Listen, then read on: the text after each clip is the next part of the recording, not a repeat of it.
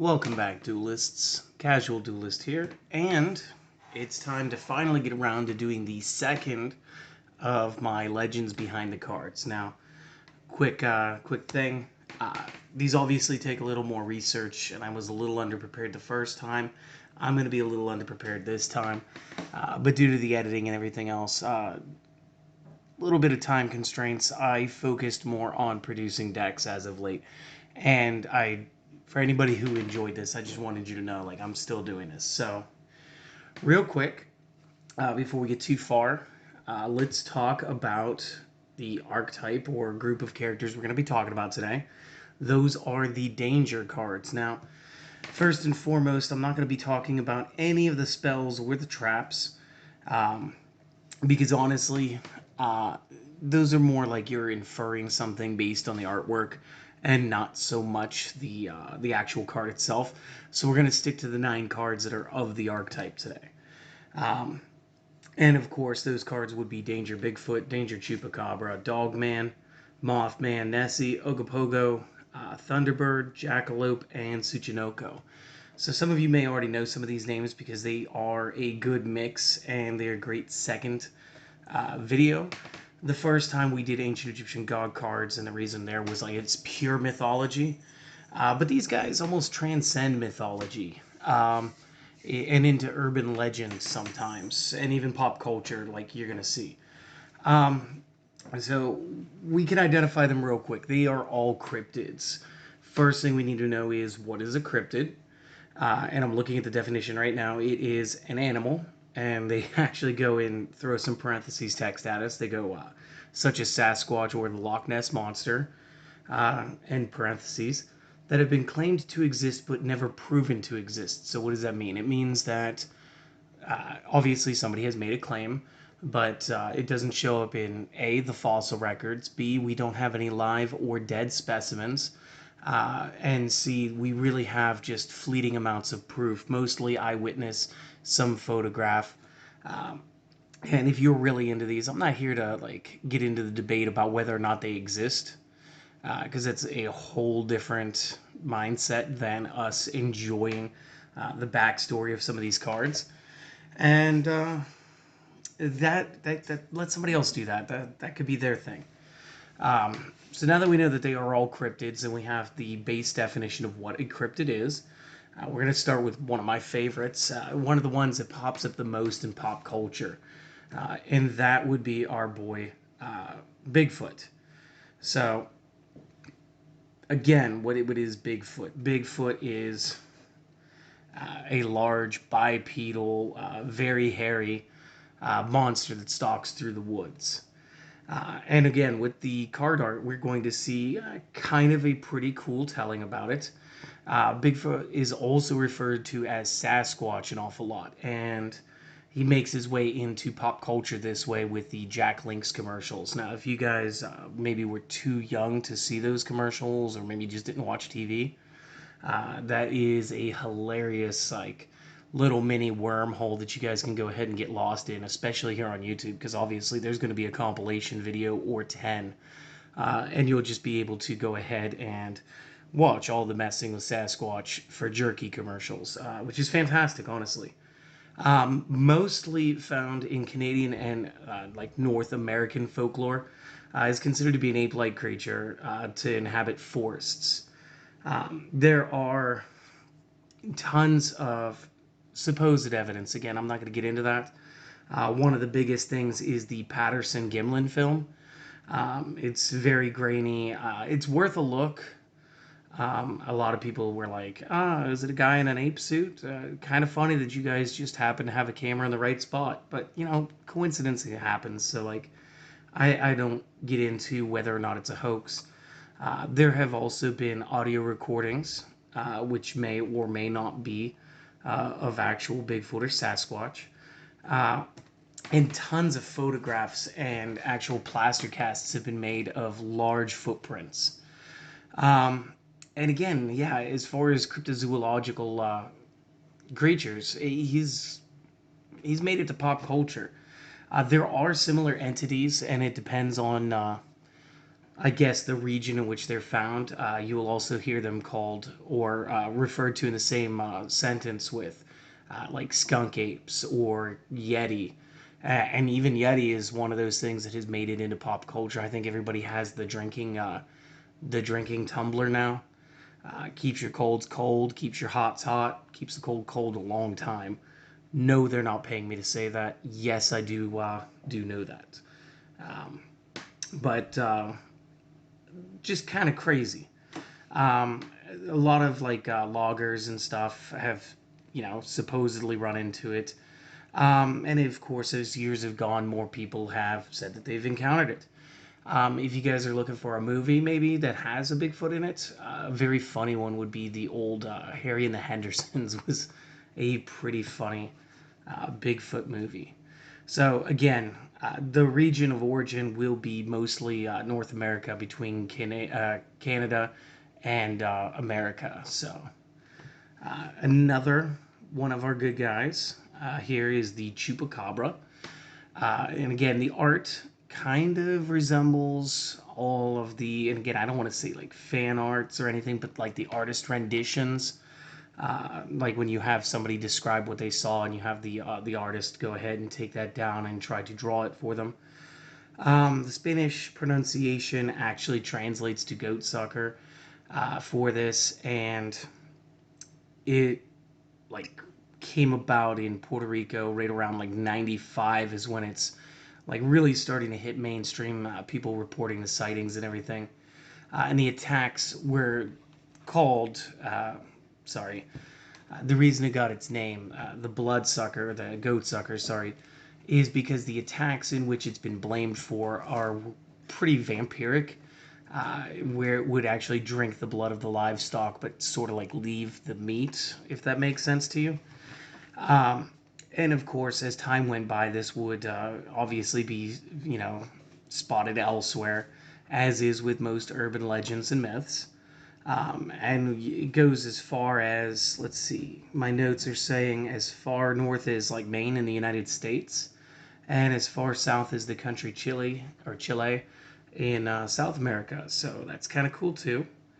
Um, but again, not a whole lot of like physical evidence, no real body, but definitely a cool looking, cryptid. Um, I know one that's going to be a little weird is going to be Dogman.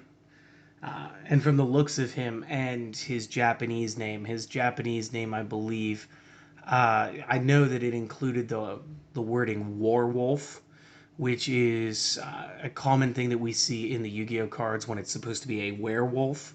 Not too sure why the difference there, um, but it's probably taken from like again like mid East America, states around like Michigan and Wisconsin. They have the Michigan Dogman. Now, this thing was supposedly witnessed for the first time around 1887, so a little bit older than Chupacabra, but still a semi well documented character here. It's supposed to be a 7 foot tall, blue eyed or amber eyed, and I'm not sure if that makes a difference in anything. Bipedal, canine like animal with the torso of a man, so again, much like a werewolf, and has a fearsome howl that would sound like a human scream. Now, give me half a second. A little water really sorts out the throat. One big distinction between this and a werewolf would be that a werewolf has like a cyclical transformation under the full moons, and the Michigan Dogman is something that does not transform or revert to any other state. So once it's full feral, I guess it's just feral. It also says that it appears in 10-year cycles that fall on years ending in 7. So like 97, 87, '07, stuff like that.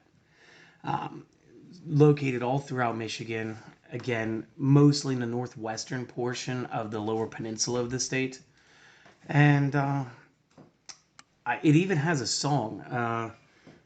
let's see, in the notes, Steve Cook at WTCM-FM recorded a song about it and its sightings. So that's pretty cool. I don't know if I would need copyrights or anything to play that here, so I'm gonna take a hard skip and skip on to another one that should be very familiar and actually was in a movie, Mothman. And this comes from like West Virginia in the U.S. It's a creature that was reportedly seen in the Point Pleasant area starting in late 1966. And I know some people are going to be like, 966, flip the 9, what do you got? But again, I'm not sure that I believe in all that either. It was first reported in a newspaper, the Point Pleasant Register. And again, that was in 1966, titled, the headline was, Couple Sees Man-Sized Bird, ... creature, ... something. And this is crazy because within a very short period of time, you would see just multiple like sightings and reports based on it, ranging from anywhere of like it flew over the car while we were on the highway. We started speeding. We were going 60 plus miles an hour, and this thing was keeping pace, or it would chase people. And one of the last times that it was supposedly seen was the collapse of the Silver Bridge. And there's a lot of people who will claim that, on the one hand, maybe it brought the disaster, and on the other hand, maybe it was trying to warn everybody. Little side thing, there is a great podcast, and I'm not too sure which of the two podcasts it is now. They're both done by comedian Dan Cummings. I don't remember if this was on his Scared to Death podcast, or if this was on Time Suck, or if he did it on both. But honestly, he does a great deep dive on a lot of these things. He did one, I think he did one for Bigfoot. I know he did Chupacabra. I know he did the Mothman, and they're worth a listen. And I think that you guys might like that. So, sidebar that, maybe go check that out. There was a movie, The Mothman Prophecies. So, what was that, like 2002? So I think I was still in high school. Or no, actually, that's when Yu-Gi-Oh started. So yeah, I was just starting high school. But that's kind of a cool tie in there too. And they actually have like a festival, I think, every year too, which is actually kind of cool. Our next cryptid in my list here would be the Loch Ness monster, which would be our Nessie, which is really cool. So like Loch Ness is Lake Ness in the Scottish Highlands, because they call lakes lochs, because that's kind of cool actually. And generally, this thing's considered to be supposed to be like a plesiosaur, or any type of long-necked monster that actually has more almost like humps or undulations coming up out of the water. So it could be very like serpentine, maybe.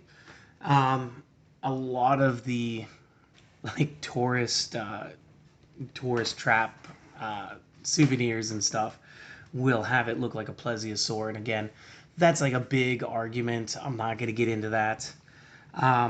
This started in around 1933. And there is the big photo that is now known to have been a hoax. But the surgeon's photograph of 1934 is like one of the most famous actual photos, or supposed photos, for this cryptid. And it is just crazy cool. This fed a lot of my childhood. Just believing in all these monsters and hoping to get to see them. I don't know what I was going to do once I met them. I feel like it was going to be some sort of like Pokemon encounter or something. Like you're just going to befriend some creature. But a lot of my imagination went to that as a kid. And again, they have torn that lake apart with sonar, divers, everything. I think they even use submarine and just, sort of swam it around, just trying to see if they could find it. And again, still nothing. I do believe one of the most popular theories about what it could be was that there was a breed of catfish that they had it brought to the different locks that would be longer lived, especially if it wasn't caught. And the reason that the sightings may have occurred is, again, if you guys have gone fishing, I do this plenty. Sometimes the larger fish will actually bring themselves into the shallows, or again, fish do jump out of the water. Some of the larger fish will just sort of skim underneath the top. So again, if you're not aware of what you're seeing, your mind might give you this fantastical image that there is some crazy cool monster out there, or maybe terrifying, depending on your point of view. Um, and that leads to a lot of sensationalism. My next one is the jackalope. So this goes right back to North America. Uh, and this is part of their folklore again. And it is known as a fearsome critter. It's described as a jackrabbit with antelope horns, and I do believe that they portray this just fine on the card art. The word jackalope is... I don't know the word that I wrote down here. I'm going to say a chimera because I think we all know what that means. It's an amalgam of multiple things. And in this case, it would be a jackrabbit and an antelope. And there are plenty of people that will actually make these in taxidermy. So you can actually get like either a full body taxidermy, or you can get just the head mount. And I'm not too sure what they call that right now off the top of my head, but it is a thing. So again, they will put antlers on a rabbit and put that on your wall for you, which is kind of cool. Um, this was popularized back in the 1930s. So again, there was a time period where we see multiple cryptids actually coming to the surface and coming into pop culture. And it was the Herrick brothers, Douglas and his brother, and I did not decide to write down his name, which is a shame. Um, and again, with their taxidermy skills, they popularized this character by grafting the deer antlers onto the jackrabbit carcass and selling it to a local hotel, sort of like a, hey, look what we found. You want to buy it? And then obviously once that goes viral, especially the way that goes in areas like that, somebody thinks that they have something unique. You start taking photographs. Back then, you would obviously start making a lot of not keepsakes, but I keep wanting to say the word artifact, like I'm playing Magic the Gathering or something. Souvenirs, or other maybe like postcards and stuff. And obviously, if you bring this to the forefront, and this is the reason it makes it special. Again, you see this a lot, like with Loch Ness and the Mothman festival. They're really just creating a local economy based on this fanciful thinking, and I think everybody knows for the most part that it's fake, but it's kind of cool. Um, and these creatures will then appear in tall tales later on. You'll see other things like giant snakes, fur-bearing trout, other kind of things like that. And it's just a bunch of people trying to seek some attention or some fortune for their region and themselves personally. Um, Real quick, let's talk about the Tsunjinoko, and I believe I'm saying this right. This one's really cool. This one belongs to Japanese folklore, and it translates itself literally as Child of Hammer, which is kind of cool. It's very snake-like, and again, I do believe that this danger noodle is represented properly with the card art. Um, and it's kind of cool. It's also prevalent in, what was it, Western Japan with the Kansai and Shikoku, the creature known as the Bachi Heba, or Hebi. Um, So again, over there, I think that they call their monsters or something like that yokai instead of cryptids. But these things are pretty cool. They go anywhere between 30 to 80 centimeters, so between 1 and just under 3 feet. Um, Similar in appearance to a snake, central girth that is much wider than the head or tail. So again, it's kind of a little chunk. It's got some fangs with venom similar to that of a viper, which it should, looking the way that it does. Some accounts describe this as being able to jump up to 1 meter, or just under 3.5 feet. And they're just really cool.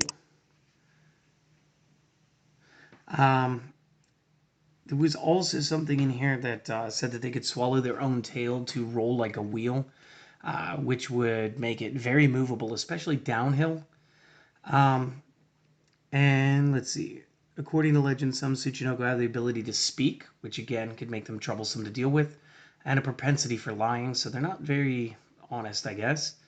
And they have a taste for alcohol, so that might actually be a way to maybe not buy one, but like if you were in a dire strait, if you did encounter this and you had some, again, I'm going to guess local stuff, so like sake, uh, or if you had some whiskey, I don't know.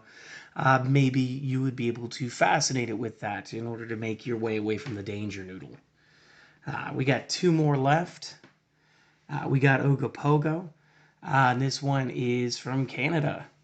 It is a lake monster said to inhabit the Okanagan Lake in British Columbia, Canada. And again, some scholars are saying that this one begins with the First Nations folklore and widespread water monster folklore motifs.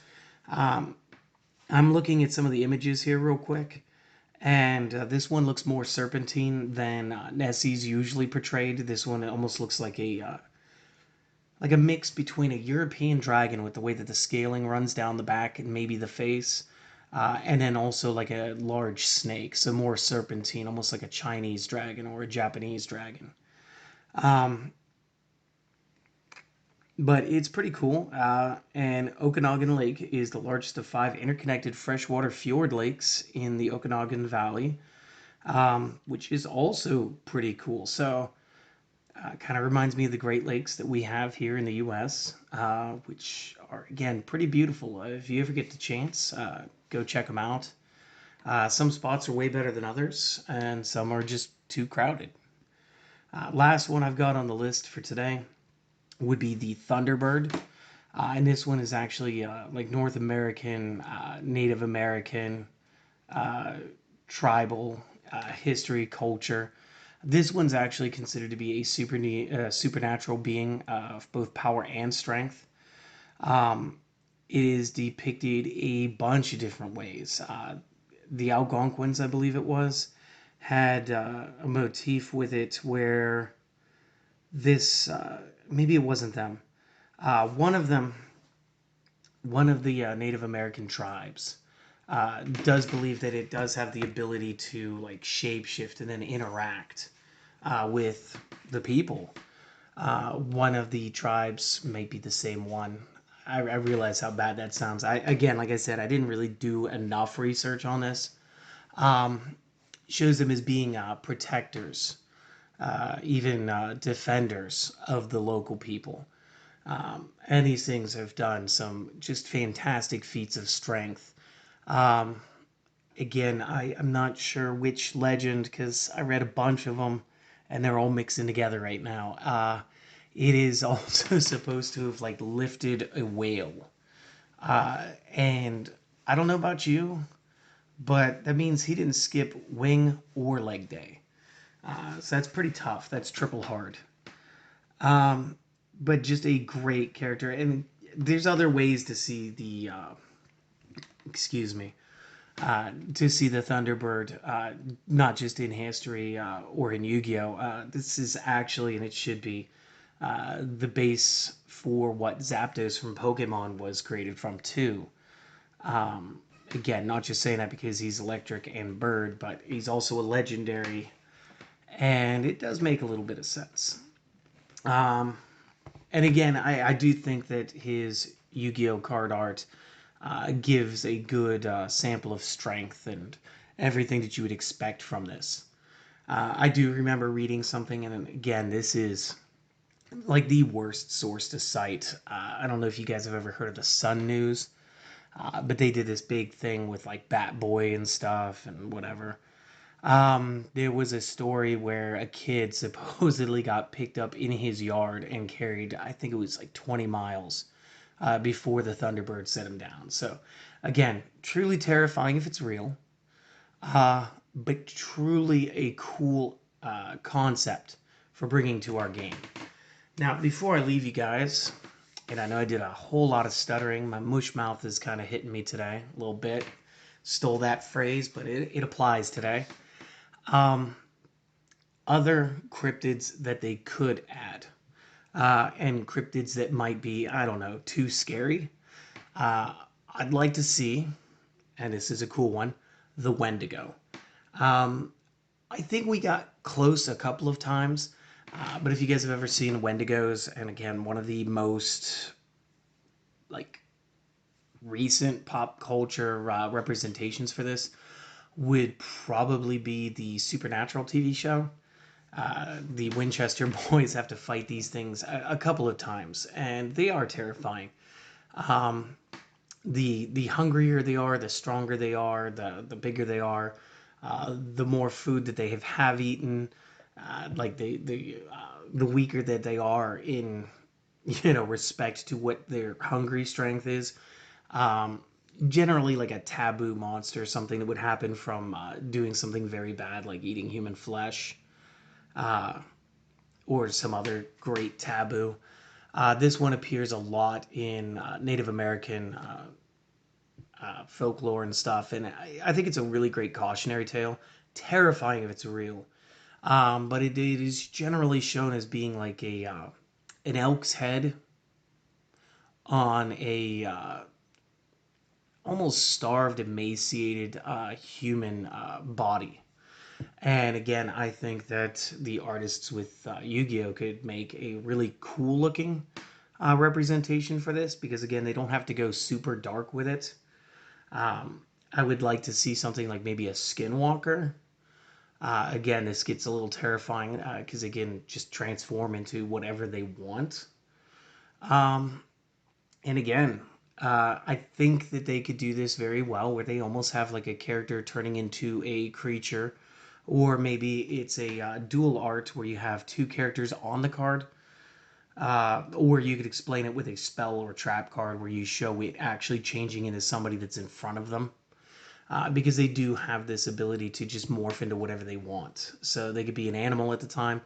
They remind me of druid abilities, especially from like not magic, maybe magic, like Dungeons and Dragons, maybe would be a good example.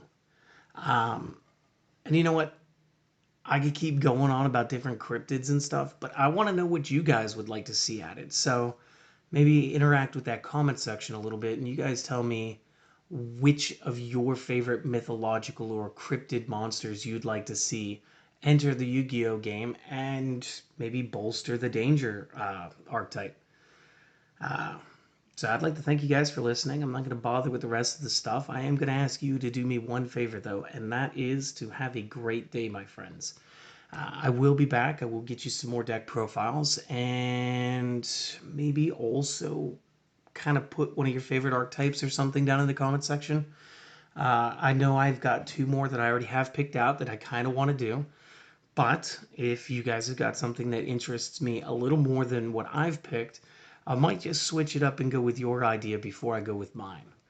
So one more time, you guys have a great day. See you next time.